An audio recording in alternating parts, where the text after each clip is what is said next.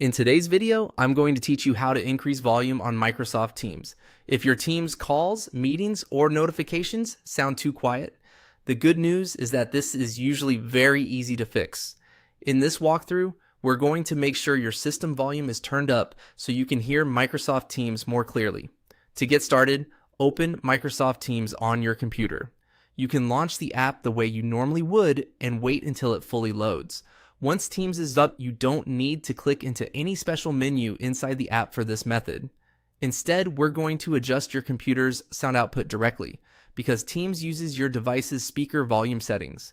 Now, look to the bottom right corner of your screen in the taskbar.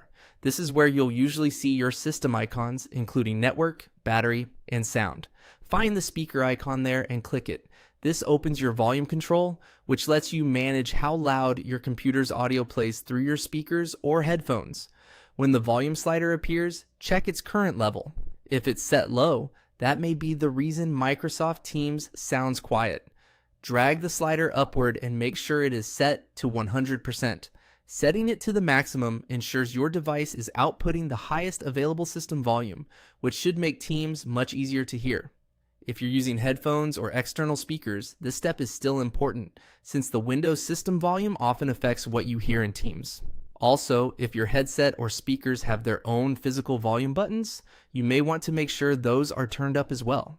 That can help if the system volume is already at maximum, but the audio still seems low. After raising the volume, return to Microsoft Teams and play any audio, join a call, or test a meeting sound if available.